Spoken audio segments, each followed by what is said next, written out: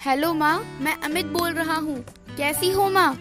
मैं ठीक हूँ बेटे। ये बताओ तुम और बहू दोनों कैसे हो? हम दोनों ठीक हैं। माँ, आपकी बहुत याद आती है। अच्छा सुनो माँ, मैं अगले महीने इंडिया आ रहा हूँ तुम्हें लेने। क्या?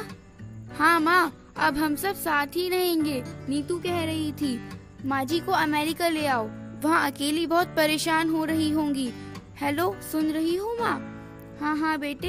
बूढ़ी आंखों से खुशी की अश्रुधारा बह निकली। बेटे और बहू का प्यार नस नस में दौड़ने लगा। जीवन के 70 साल गुजार चुकी सावित्री ने जल्दी से अपने पल्लू से आंसू पोंछे और बेटे से बात करने लगी। पूरे 2 साल बाद बेटा घर आ रहा था। बूढ़ी सावित्री ने मोहल्ले भर में दौड़ दौड़ कर ये खबर सबको सुना दी। सभी खुश थे कि चलो बुढ़ापा चैन से बेटे और बहू के साथ गुजर जाएगा। अमित अकेला आया था।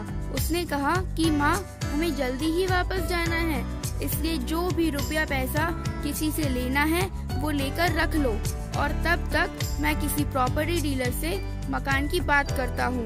मकान? माँ ने पूछा। हाँ माँ, अब ये मकान बेचना पड़ेगा, वरना कौन इसकी देखभाल करेगा? हम सब तो अब अमेरिका में ही रहेंगे। बूढ़ी आंखों ने मकान के कोने कोने को ऐसे निहारा जैसे किसी अबोध बच्चे को सहला रही हो। आनन फानन और औने पौने दाम में अमित ने मकान बेच दिया। सावित्री देवी ने वो जरूरी सामान समेटा जिससे उनको बहुत ज्यादा लगाव था। अमित टैक्सी मंगवा चुका था। एयरपोर्ट पहुंचकर अमित ने कहा, माँ तुम यहाँ बैठो, मैं अंदर जाकर सामान की जांच और बोर्डिंग और वीजा का काम निपटा लेता हूँ। ठीक है बेटे। सावित्री देवी वहीं पास की बेंच पर बैठ गई। काफी समय बीत चुका था।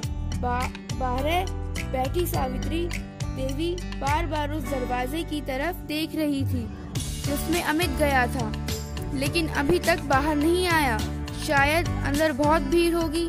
यही सोचकर आंखें फिर से टकटकी लगाई देखने लगी। अंधेरा हो चुका था। एयरपोर्ट के बाहर गहमागहमी कम हो चुकी थी। माँ जी, किससे मिलना है?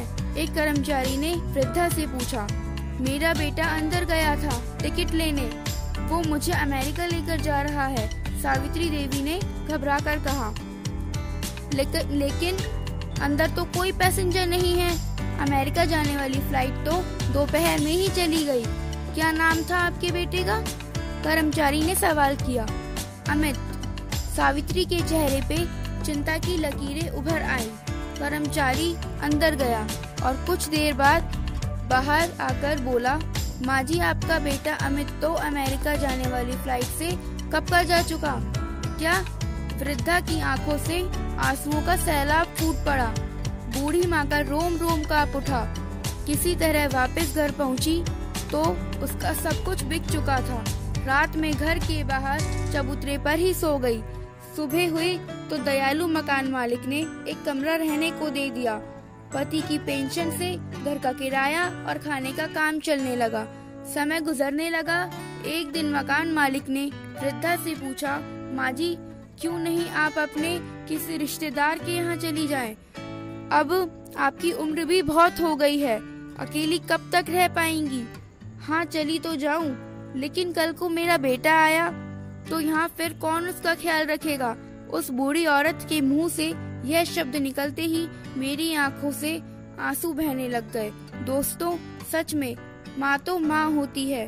बच्चे चाहे राम बने या रावण, लेकिन माँ का प्यार बच्चों के लिए हमेशा एक सा रहता है। अगर आपको हमारी आज की दिल छू जाने वाली कहानी अच्छी लगी हो तो आप हमारे चैनल हेलो जिंदगी को सब्सक्राइब कर लें। धन्यवाद।